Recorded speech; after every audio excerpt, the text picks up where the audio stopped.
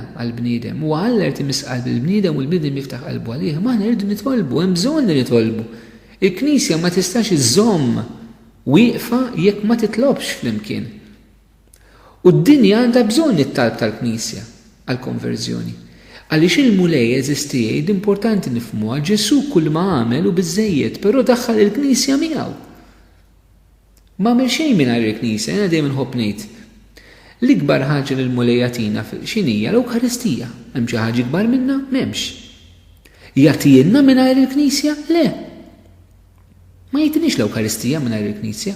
Permezz tal-Knisja jagħtilna u hekk kull grazzja oħra. Jibqa' jagħtilna permezz tal-Knisja. Mela aħna bħala Knisja rridu narfu li r-rol tagħna eżistijaj fit-talb. Ġesu għalinna għandna diversi żgur ta' fuq aħjar minni siltiet meta l-mulej jgħidilna illi jekk minkom fuq dil-art jaqblu fuq xi ħaġa mis-sirja tiegħilkom għalna ffittxu u ssibu ħabtu jiftħulkom jitolbu taqalaw. Jekk titolbu mingħajr ma titħassbu xejn f'qalbkom dan ikun mod ililkom. Għandna kliem ta' Ġesu li huwa tant ta' qawwa u kuraġġ biex aħna nemmnu eżistijaj. U meta nitolbu għall-konverżjonijiet m'għandniex naqtaw qalbna. M'għandniex ngħidu ma kemm għandhom nitlob għall-konverżjoni ta' wliedi, għall-konverżjoni ta' marti, ta' żewġi, ta' ħbieb tiegħi, ta' pajjiżna. Irdu nibqu nitolbu, irdu nipperseveraw fit-talb, mhuwiex f'idejna meta. Ma nindaħlux l-Alla meta u jaf l-aħjar. Hija f'idejna però li nitolbu. U allura nixtieq eżisti li ma jkunniex dubji f'Alla. Ma niddubitawx Ġesu. Ma noqgħodux ngħidu ma lili li mhux qed jismani u mhux qed jismani. Alla ttarrax għalija, l-Madonna ttarxet għalija, ma ngħidux dawn l-affarijiet. Imma nkunu nies ta' fidi u fidi kbira. Hekk biex naqsam magħkom esperjenza li għadda minna Patri Solanus Casey huwa patri kappuċċin Amerikan li mixi fit-triq ta' Qdusija illi kien patri sempliċi immens imma l-mulej taħdon ta' fejqanu mirakli. U fiqu ħafna nies fin-1957 ġewwa Detroit l-Amerika. Darba minnhom is-superjur tiegħu kien mar qallu Father Solanus qallu tlob għalija, kien xi ċirkostanza partikolari. U għaddit xi ġimgħa u reġa' mar qallu itlob għalija fuq din ħaġa. U Father Solanus beda jibki. Għallu xaqqa s-superjur tiegħu għallu b'xekklek ħażin biex qed tibki weġġajtek daqshekk. Għallu mhux diġà tlabtu lil Ġesu, għallu ma temminx li talba waħda hija biżżejjed quddiem Alla. Għalfejn li terġa' nitolbu għax iddubitajt. Ara l-fidi eżistiet tal-qaddisin. Il-konvinzjoni kbira li kellu Father Solanus enormi, jekk taraw il-ħajja tiegħu enormi. U nissuġġerilkom li forsi ssibu kopja tal-ħajja tiegħu anke tornawhom fuq l-internet hija ħajja tant sabiħa, ma speċjali hemm ktieb partikolari jismu Thank God Ahead of Time. Father Solanus kienu ħobbjiet irringrazzjaw il-mulej minn qabel. Minn qabel ma jagħtikom il-grazzja tal-konverżjoni ta' fejn tkun xi tkun, irringrazzjaw ħallija minn qabel u ħallu kompletament fidejh.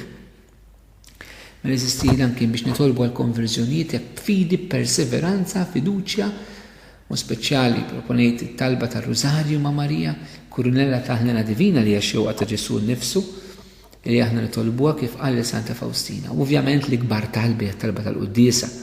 Hemmhekk aħna qegħdin niċċelebraw is-sagrifiċċju ta' Ġesu fuq is-salib li waħluha talba nistgħu nagħmlu l-missier għall-konverżjoni tal-midinbin. Però flimkien mat-talb eżistija l-konverżjoni ta' dawn ħutna li għadhom marfux l-imħabba ta' Ġesu, il-verità ta' Ġesu. Irdu nofru mhux biss it-talb immanka is-sagrifiċċji tagħna. Din importanti li daw it-tnejn nżewġuhom, it-talb u s-sagrifiċċji. Dak li qatalla ma sax jifirdu l-bniedem u daw it-tnejn li huma Ġesu għadhom flimkien. Ġesu ma salvanix bil-mirakli. Ġesu salvana bis-salib. U hekk tibqa' tinħadem is-salvazzjoni ta' kull wieħed minna. Il-Knisja li tissallab ma' Ġesu għas-salvazzjoni tad-dinja. Il-Knisja li aħna li naqdu d-battija tagħna ma' Ġesu għall-istess salvazzjoni tan-nies li aħna nitolbu għalihom. Nfakkarkom f'missaġġ il-Madonna ta' Ġewwa Fatima meta qalet ħafna nies qegħdin jintilfu għax m'hemm ħadd min jitlob u jagħmel sagrifiċċji għalihom. Mhux biss it-talb.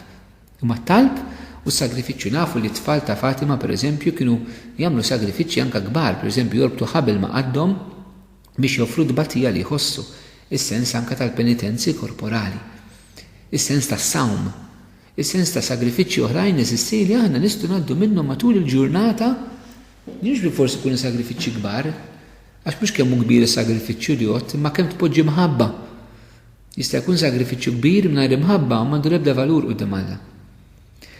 F'sagrifiċċji żgħar eżisti li aħna nistgħu noffru matul il-ġurnata. Sħabek fuq ix-xogħol forsi dejquk għad kelma inqas ma għadx tirribatti kull darba tfittex il-punt tiegħek. Il-paċenza li tieħu meta tmur is-suq fl-għodu għax-xogħol u dak it-traffic u forsi inti ftit nervuż. Ħaġa sajra qed ngħidlek jew forsi kbira tax meta tkun fiha.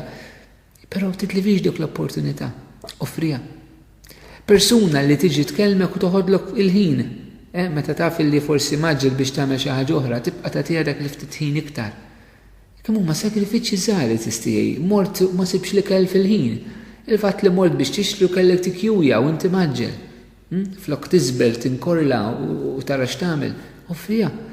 Ġifim qed nitlobkom affarijiet kbar, affarijiet vera li ntaqgħu magħhom fil-ħajja ta' kuljum. Il-Madonna nerġa' ngħid messaġġ ġewwa Fatima tgħid għamlu minn kollox, ibdlu kollox jiġifieri f'sagrifiċċju.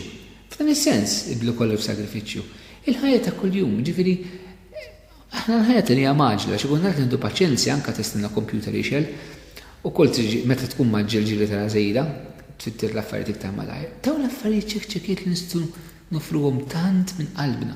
Plas li hemm affarijiet volontarji li aħna mbagħad nistgħu nagħmlu u nofruhom minn qalbna f'dan is-sens sagrifiċċju. Affarijiet żgħar ta' ġifieri jekk tħobb ġin bil-ġobon billi xi darba tiċċaħħad daqsxejn mill-ġobon tuħu ġin mingħajr ġobon ma jagħmilx tajjeb toffri sagrifiċċju vera żgħar jew kbir skont kemm tħobb il-ġobon. Imma dawn l-affarijiet sempliċi li mhumiex se joqtluk però ħajkabru l-imħabba fik. U meta taqgħadhom ma' Ġesu li hu bilanċ biex ħaddieħor jaraf l-imħabba tiegħu. Mela d-nattal bis-sagrifiċċju u l-aħħar ħaġa li nixtieq nenfasizza u nilaq biha hija l-bżonn tax-xhieda. Li dina ħallejta l-aħħar għax nemmen li hija l-quċċata u l-kuruna ta' kif in-nisrani jgħix f'soċjetà li ma temminx fi Kristu li għandha idea differenti li forsi hija kontra Kristu wkoll. Ix-xhieda tagħna. Ġesu ma batna nikkonvinċu lil ħadd. Ġesu ma batna nisfurzaw lil ħadd biex jemmen fih. Ġesu għalinna kunu xhieda tiegħi. U naħseb din hija kelma li rridu inħalluha iċċanfarna, tippurifikana u tibnina. Iċċanfarna eżistijej għaliex xi drabi rridu nammettu illi aħna maħniex xhieda kredibbli ta' Kristu bħala Nasara. Tippurifikana biex taħrisna fejn maħniex u tibnina biex tagħmilna. U tajjeb li kull wieħed waħda minna li qegħdin insegwu f'dan mument nistaqsu fejn jien minnix xhud ta' Kristu. Mhux xhud ta' Kristu billi tmur fuq it-television u titkellem dwar Ġesu ta'. Xhud ta' Kristu fil-ħajja ta' kuljum. Il-mod kif inti tilbes int li int nisrani. Inti deċenti fi ħwejġek. Xhud ta' Kristu, xhud tat-tagħlim tal-Vanġelu li l-ġisem tagħna huwa tempju tal-Ispirtu Santu u allura noqogħdu attenti kif nilbsu nindukraw dan il-ġisem tajjeb. Inti xhud ta' Ġesu int bħala nisrani kif qed tgħix iż-żwieġ tiegħek. Mhux għal min ma jemminx qed ngħid għal min jemmen. Inti xhud bħala nisrani fejn jidħol l-użu tal-kompjuter pereżempju, pornografija, affarijiet bħal dawn. Inti xhud bħala nisrani ta' Kristu fiċ-ċajt tiegħek fuq il-post tax-xogħol. Inti xhud ta' Kristu il-mod kif tirraġuna, kif tħares u kif titkellem dwar is-sess oppost. Inti xhud ta' Kristu il-mod kif inti tħobb il-min jobodok. Inti xhud ta' Kristu mal-ġara toħloqlok tant inkwiet. Inti xhud ta' Kristu fil-Knisja kif iġġib ruħek, kif tħalt fil-Knisja x'tagħmel jekk taqbax titkellem jew sellem xi Ġesu fl-Ewkaristija. Inti xhud ta' Kristu il-mod kif inti tiċċelebra l-Qudies, il-mod kif tuħu sehem fil-Qudies. Inti xhud ta' Kristu kif iġġib ruħek meta qiegħed f'postijiet ta' divertiment. Inti xhud ta' Kristu fil-konfidenzi li tagħti. Inti xhud ta' Kristu il-mod kif titkellem fuq minnu fi żball, fuq minnu fi dnu, fuq minnu f'ħaġa oħra li ma taqbilx mal-Knisja u mal-Vanġelu. Hemm ħafna mistoqsijiet is-sissir irdu nagħmlu għaliex kif qal darba l-Papa Pawlu VI. Id-dinja tal-lum temmen iktar ix-xhieda milli l-għalliema. Aħna faċli nagħlmu, faċli rridu nagħlmu, mhux qed nitla m'għandniex tax hija missjoni ta' Knisja li tgħallem. Imma diffiċli tkun xhud ta' dak li tgħallem.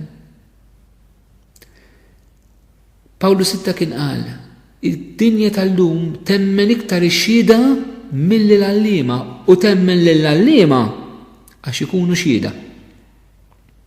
Mela eżisti mhux nipritkaw. Importanti ma nistgħux ma nsemmawx mhux leħen nata, leħen Kristu fil-Vanġelu permezz ta' Knisja. Imma rridu nkunu iktar xhieda ta' dak li Ġesu għalinna u ta' dak li aħna nipritkaw. Kif jgħid il-Malti, il-kelma tqanqal u l-eżempju ikaxkar. Eżistijaj nimitaw il-Madonna fil-ħajja sempliċi ta' Nazaret u fil-ħajja tagħha fiċ-ċinaklu mal-Apostli fil-bidu tal-Knisja. Ma nsibux li l-Madonna marret tibritka, ma kienx il-missjoni tagħha. Però nsibu li Marija kienet titlob u kienet tagħti xhieda fi-skiet fil-ħajja sempliċi ta' kuljum ta' bina Ġesu.